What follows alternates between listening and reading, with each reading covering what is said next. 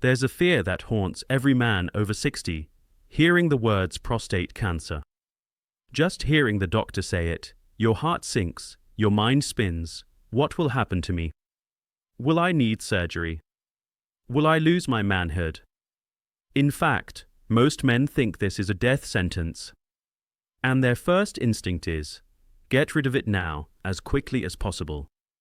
But the harsh truth is, often, that rush robs you of sleep, intimacy, and quality of life more than the disease itself. Prostate cancer isn't always a ticking time bomb. Many cases develop so slowly that you can live your whole life without it causing any harm. So why pay the price of lifelong side effects just because of fear? In this video, we're going to talk about a truth that few people dare to mention. Sometimes, the bravest thing a man can do is not to fight right away, but to wait, observe, and keep control of his own life. Part 1. Why is a cancer diagnosis so shocking? For generations, hearing the word cancer has been like hearing a death sentence. It's been seen as the enemy we must fight at all costs. Doctors rushed into surgery, radiation, or chemotherapy. Patients felt they had no choice but to do something. And for many cancers, acting quickly is absolutely the right decision. But prostate cancer doesn't always follow those same rules. It's a different kind of beast. Yes, there are aggressive, dangerous forms. But many types are slow-growing, so sluggish and harmless that you might live your entire life without even knowing they exist. In fact, countless studies have shown that more men die with prostate cancer than from it. Let that sink in. Part 2. The ticking time bomb, or the quiet neighbor. Here's the hard truth. The moment you hear that diagnosis, your brain tells you it's a ticking time bomb. You imagine it growing, spreading, threatening your life every second you wait. But often, the reality is closer to a quiet neighbor. Someone who lives next door, keeps to themselves, and never causes trouble. Autopsy studies confirm this. Up to 70% of men over 80, who died of other causes, were found to have prostate cancer that never gave them symptoms, never impacted their lives. Think about that. The disease was there, but it never made a fuss. Part 3. The hidden cost of rushing treatment. Fear drives us to act. But acting too quickly can bring consequences far worse than the cancer itself. Surgery and radiation are powerful tools, but they are not without risks. We're talking about side effects that can last a lifetime: urinary incontinence, losing control of your bladder; erectile dysfunction, losing intimacy and confidence; fatigue and bowel problems that change your daily life; even the chance of developing other cancers down the line after radiation. For many men, these side effects can feel devastating. And if the cancer is so slow-moving that it may never harm you, the so-called cure might actually steal more from you than the disease ever would. Part 4. So what does doing nothing really mean? Let's be clear, doing nothing doesn't mean denial. It doesn't mean ignoring your health. Doctors call it active surveillance. This means regular PSA blood tests, physical exams and imaging when necessary, sometimes repeat biopsies. It means keeping a close watch on the cancer, so that if it changes, if it shows signs of becoming aggressive, you still have the chance to act. Active surveillance is not weakness. It's wisdom. It's the strategy of a man who values his quality of life as much as the number of years he lives. Part 5. A story of courage. Bill's journey. Let me tell you about Bill. Bill was 67 when he received his diagnosis. He was healthy, active, still working part-time, and loved spending time with his grandkids. His first thought was the same as most men: get it out right away. But his urologist paused. He said, "Bill, let's talk this through. Let's weigh the real risks and benefits." Bill got a second opinion. He asked questions. And in the end, he chose active surveillance. That was 7 years ago. In those 7 years, Bill has taken road trips in his RV, watched his grandkids grow, stayed strong and happy. His cancer, still sitting quietly.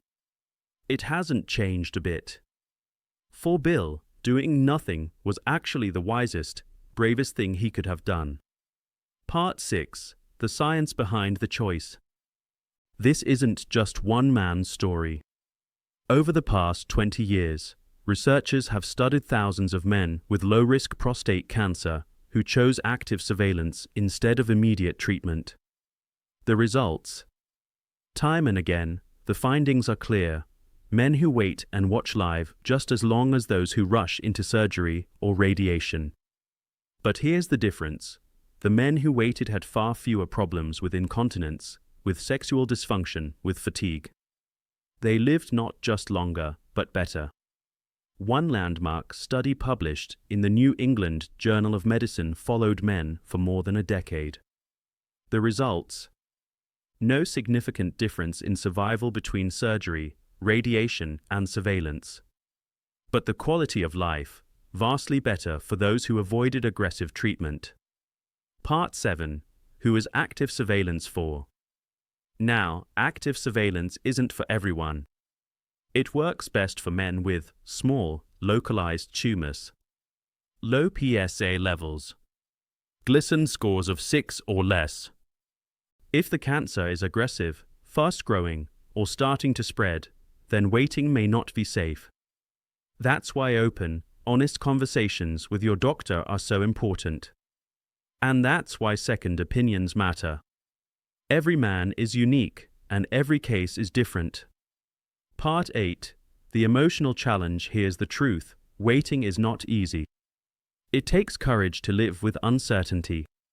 It takes trust in your doctor, in science, and in yourself. It takes strength to resist fear and pressure from the culture around us, the culture that says, if it's cancer, fight it right now. But waiting is not weakness. It's wisdom. And it's not forever. If the cancer changes, you can still act. You're not closing any doors. You're simply choosing the right moment to walk through them. And you are not alone. Millions of men have walked this path before you. There are support groups, online forums, doctors, and families who understand exactly what you're going through. It's okay to feel afraid.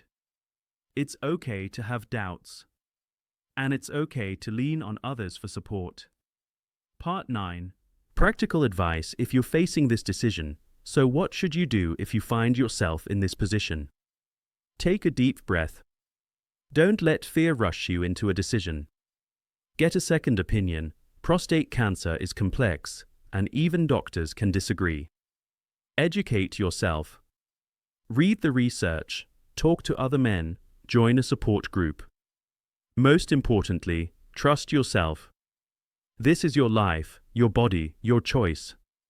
Conclusion, message, and call to action. Doing nothing doesn't mean giving up. It doesn't mean weakness. It means wisdom. It means valuing your quality of life, your relationships, your happiness above all else. We live in a world that tells men to always fight, to always push, to never back down. But sometimes, the bravest thing you can do is pause, reflect, and choose the path that truly serves you. If you or someone you love is facing prostate cancer, remember, you have options. You have time. And you have control. If this video gave you hope, if it opened your eyes to another way of thinking, please subscribe to this channel so you don't miss the next important conversation. Leave a comment, share your story, ask your questions. And most importantly, share this video with someone you care about. Thank you for being here. Stay strong, stay informed, and I'll see you in the next video.